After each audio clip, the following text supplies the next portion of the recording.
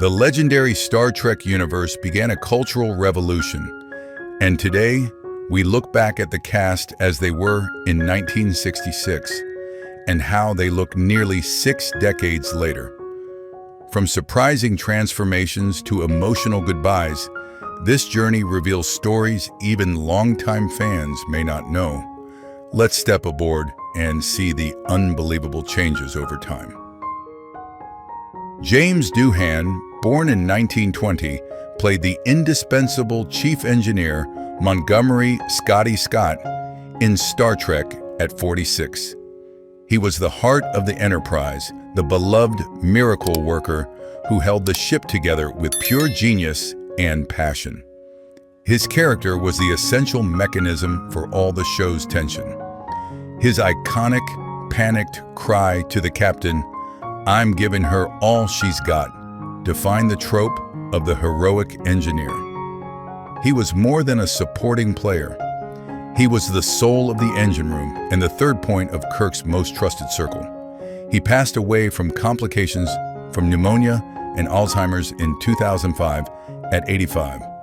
His legacy as the beloved, brilliant Scotty, who always delivered the impossible, is eternal. DeForest Kelley, born in 1920, played the indispensable Dr. Leonard Bones McCoy in Star Trek at 46. He was the passionate, cantankerous, and deeply human heart of the Enterprise. As the chief medical officer, his character was the essential voice of compassion and morality, the country doctor in space who constantly argued with Spock's cold logic. He was the emotional anchor of the central trio. His famous catchphrase, "He's dead, Jim," and his constant complaint, "I'm a doctor, not a," defined his role as the ultimate humanist. He passed away from stomach cancer in 1999 at 79.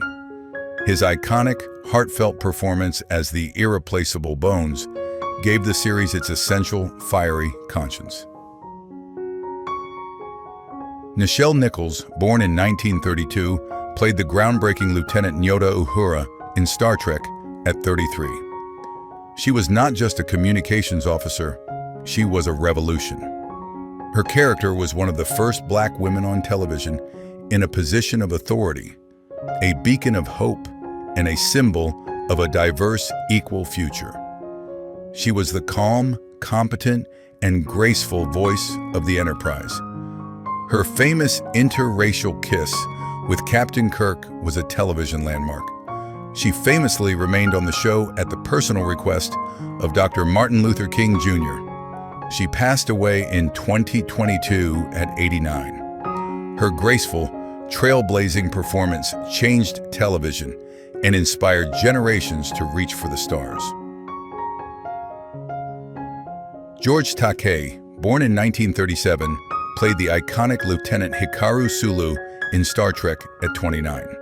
He was the original helmsman of the Enterprise and a trailblazing figure for Asian American representation on television.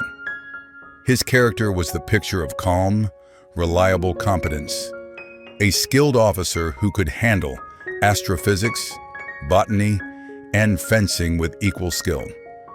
He was a crucial, respected member of the bridge crew, representing the best of Starfleet's diverse talent.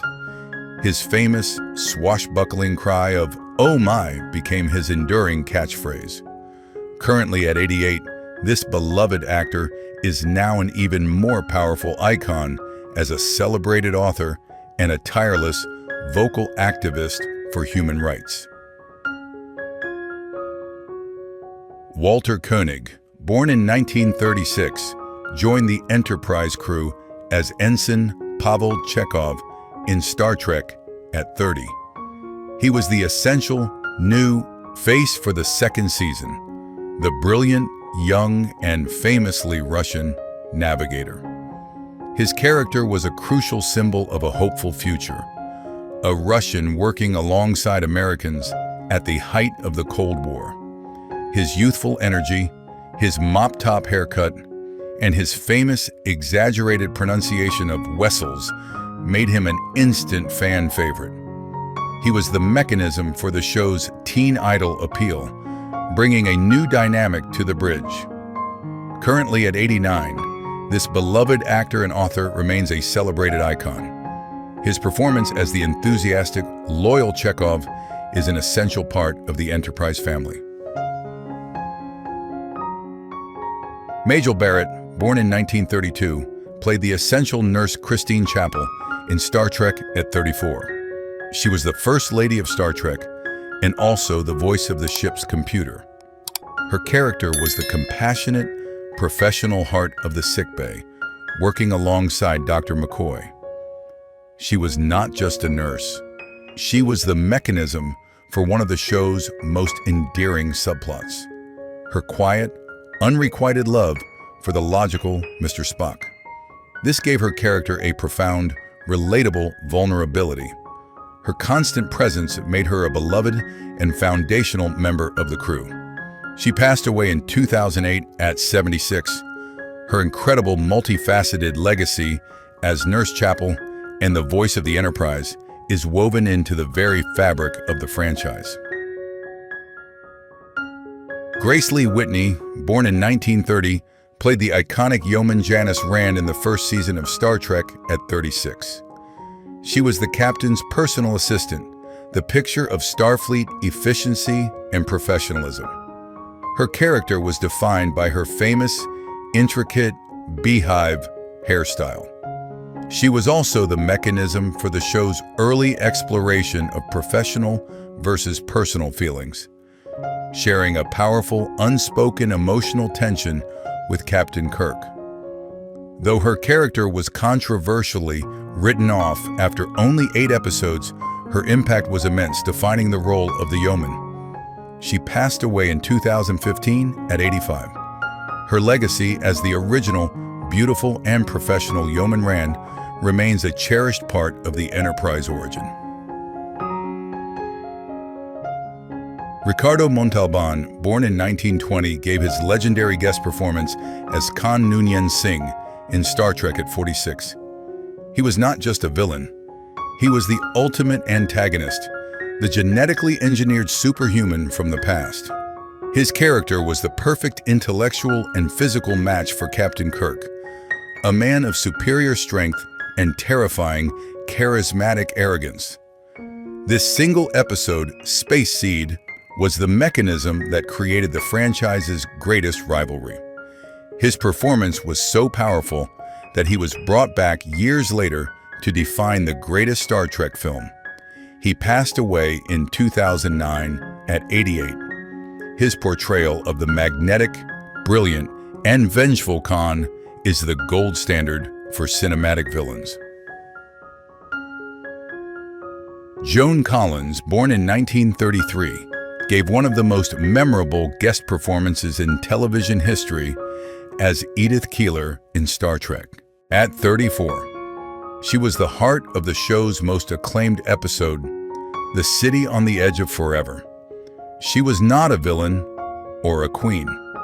She was a beacon of pure good, a pacifist whose kindness and vision were the mechanism that threatened to alter all of future history. Her character was the center of the saga's greatest moral dilemma, the woman Captain Kirk had to let die to save the world. Her tragic, beautiful performance was the episode's essential, heartbreaking core. Currently at 92, this global superstar and dame of the British Empire remains an icon. Her portrayal of Edith Keeler is one of the most powerful and tragic love stories in science fiction. Mark Leonard, born in 1924, played 2 of the most critical alien roles in Star Trek, first appearing at 41. He was the first Romulan commander, establishing the look and feel of the Empire's greatest rivals. But his immortal contribution was his performance as Sarek, Spock's father. He was the essential mechanism for understanding Spock's heritage. He embodied the conflict of Vulcan logic and paternal love, a stoic, powerful ambassador whose strained relationship with his son was the show's most complex family dynamic. He was the face of Vulcan nobility. He passed away from multiple myeloma in 1996 at 72. His legacy as the definitive Sarek is a foundational pillar of the entire Star Trek universe. William Shatner, born in 1931, boldly went where no actor had gone before, playing the legendary Captain James T. Kirk in Star Trek at 35. He was the quintessential starship commander, the charismatic, decisive, and passionate leader of the Starship Enterprise. His character was the engine of the series, the man who balanced diplomacy with fistfights, the ultimate space explorer who broke rules to save the galaxy. He was the human heart of the central trio. His iconic staccato delivery and sheer bravado defined the 1960s sci-fi hero and created an immortal television icon. Currently at 94, this pop culture titan remains the one and only Captain Kirk. Jane Wyatt, born in 1910, played Spock's human mother, Amanda Grayson, in Star Trek at 57. As an Emmy Award-winning legend of classic television, her presence brought immense grace to the role. She was the essential human half of Spock's heritage, the mechanism for his internal emotional conflict. Her character was the source of Spock's compassion, the loving gentlewoman who chose to live on Vulcan. Her performance was the perfect, warm counterpoint to Sarek's cold logic. She gave Spock's backstory its essential, relatable heart. She passed away from natural causes in 2006 at 96. Her elegant portrayal as the mother of Star Trek's most iconic character remains a beloved, foundational performance. Leonard Nimoy, born in 1931, gave one of the most iconic performances in television history as Mr. Spock in Star Trek at 35. He was the show's essential alien, the half-Vulcan, half-human first officer who was the perfect embodiment of logic, reason, and science. His character was the ultimate foil to Kirk's passion and McCoy's emotion, the cool, calculating mind of the Enterprise. His internal struggle between his two halves gave the series its profound philosophical soul. His portrayal, defined by the raised eyebrow, the Vulcan nerve, pinch, and fascinating, made him a global icon. He passed away from COPD in 2015 at 83. His legacy as the logical, noble Mr. Spock is immortal, and he will forever live long and prosper. Jeffrey Hunter, born in 1926, was the original captain of the Enterprise, playing Captain Christopher Pike in Star Trek's first pilot at 39. He was the man originally cast to lead the series. His character was the essential first draft of the Starfleet hero, a brooding, existential commander who was captured and tested by the Talosians. Though his pilot was rejected, his performance was so crucial that his footage was famously repurposed for the show's only two-part episode, The Menagerie. He was the mechanism that introduced the Enterprise to the world. He passed away tragically from complications from a stroke in 1969 at just 42. His foundational work is the essential vital genesis of the entire Star Trek legacy.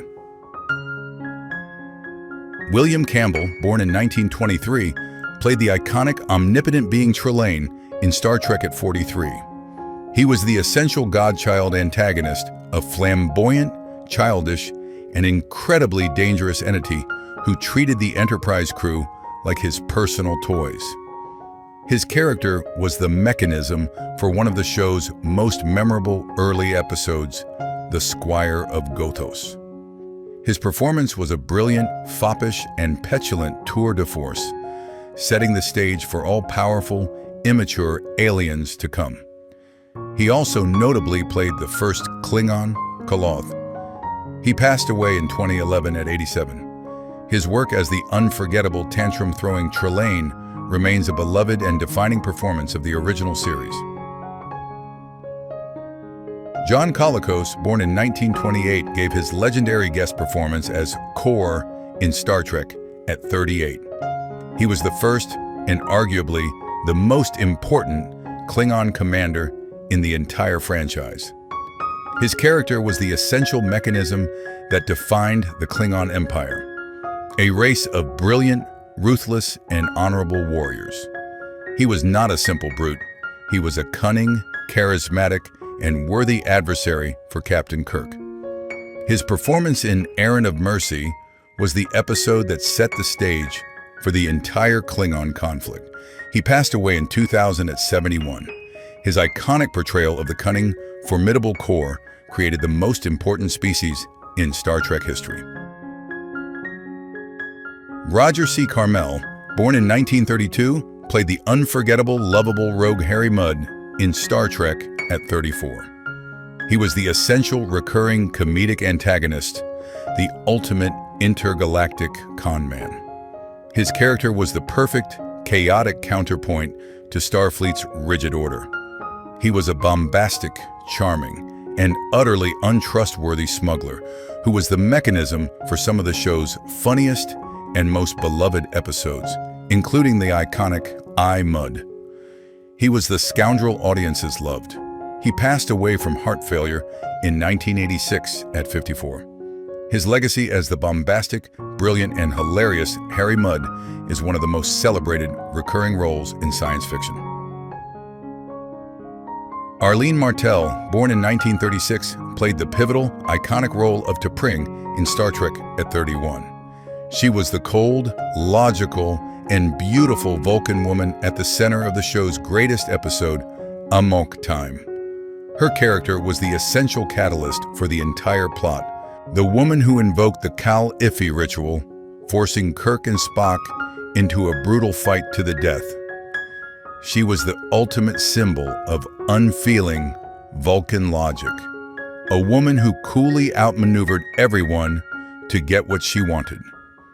She was the mechanism for the episode's devastating emotional stakes. She passed away in 2014 at 78. Her portrayal of the cool, calculating T'Pring is one of the most powerful and unforgettable guest roles ever. Michael Ansara, born in 1922, played the legendary Klingon Commander Kang in Star Trek at 46. He was the second great Klingon leader introduced, following Kor. His character was the essential mechanism that explored the honor of the Klingon race, not just their aggression. He was the intelligent, formidable leader forced into a false war by an alien entity. His performance was a masterclass in controlled fury, and his famous decision to laugh with Kirk at the end was the first true moment of Klingon human understanding. He passed away in 2013 at 91. His portrayal of the honorable fierce Kang created a complex legacy that defined the Klingon spirit for decades. Yvonne Craig, born in 1937, played the iconic green-skinned Orion, Marta, in Star Trek at 31. Already famous as Batgirl, her presence was a pop culture event. She was the ultimate symbol of the 1960s alien fantasy girl, the beautiful, unstable inmate on Elba Tow. Her character was the mechanism to showcase the madness of the asylum, culminating in her famous, seductive dance sequence. Her performance was a brilliant, tragic portrayal of a broken mind hidden behind stunning beauty. Her sudden execution was the shocking moment that proved the villain's absolute ruthlessness. She passed away from breast cancer in 2015 at 78. Her brief appearance as the tragic Orion remains one of the most iconic, colorful, and memorable moments of the series. Sally Kellerman, born in 1937, played the pivotal Dr. Elizabeth Diener in Star Trek's second pilot at 29. She was the essential mechanism for the show's God Complex theme, the ship's psychiatrist who, alongside Gary Mitchell, gained superhuman powers. Her character was the story's tragic heart, the intelligent woman who was tempted by power but ultimately chose humanity. Her famous dying sacrifice to save Kirk was the episode's heroic climax, setting the tone for the entire series. This role was just before her future Academy Award-nominated breakout. She passed away in 2022 at 84. Her powerful, empathetic performance gave Star Trek its first truly tragic hero. Susan Oliver, born in 1932, played the unforgettable Vina in Star Trek's original pilot at 34. She was the original alien woman, the beautiful, tragic survivor of the Columbia crash on Talos 4. Her character was the essential mechanism for the entire plot, the Eve in the Talosians' Twisted Zoo. Her performance was a masterclass in transformation, shifting from a seductive Orion to a gentle princess. Her true broken reveal was the show's first and most heartbreaking twist, a powerful exploration of illusion versus reality. She passed away from lung cancer in 1990 at 58. Her portrayal of the tragic, illusion-bound Vina is the foundational myth of the entire Star Trek universe. Ted Cassidy, born in 1932, played the towering android Ruck in Star Trek at 34. He was the essential gentle giant of the E series, a massive physical presence with an iconic, deep voice. His character was the ancient, powerful guardian of the android factory in What Are Little Girls Made Of? He was the mechanism for the episode's tragic backstory, the android who was more complex than his programming. His famous booming voice was also used for the Enterprise computer in the iconic Balok puppet. He passed away from complications from heart surgery in 1979 at 46. His unforgettable, tragic performance as the loyal Rook is a cornerstone of Star Trek lore. Frank Gorshin, born in 1933, gave his legendary performance as Commissioner Bell in Star Trek at 35. Already famous as the Riddler, his casting was a major event. He was the face of the show's most powerful racial allegory, the alien painted half black and half white. His character was the essential mechanism for the episode Let That Be Your Last Battlefield, the obsessive, fanatical racist chasing his opposite. His frantic, desperate performance was a brilliant, terrifying portrayal of bottomless hatred. He passed away in 2005 at 72. His iconic, tragic portrayal of Bello remains one of the most powerful and socially relevant statements in television history. Diana Muldaur, born in 1938, was a major presence in Star Trek, playing two iconic roles starting at 30. She was the brilliant Dr. Anne Mulhall, the scientist who housed Kirk's consciousness. She was also the blind telepathic Dr. Miranda Jones. Her characters were the essential mechanism for exploring complex themes of identity, sacrifice, and the human mind. She was the ultimate intelligent, strong, and sophisticated Star Trek woman. She is so foundational, she returned to the franchise as Dr. Pulaski in The Next Generation. Currently at 87, this television legend remains a core part of the Star Trek legacy. Barbara Babcock, born in 1937, played the calculating high priestess Philana in Star Trek at 30. She was a key player in one of the series' most controversial episodes, Plato's Stepchildren. Her character was the essential female face of the Platonians' cruel, decadent power, the beings who used psychokinesis for their own amusement.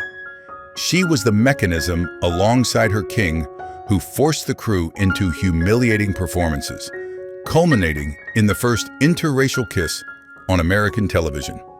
Currently at 88, this Emmy Award-winning actress for Hill Street Blues remains an icon.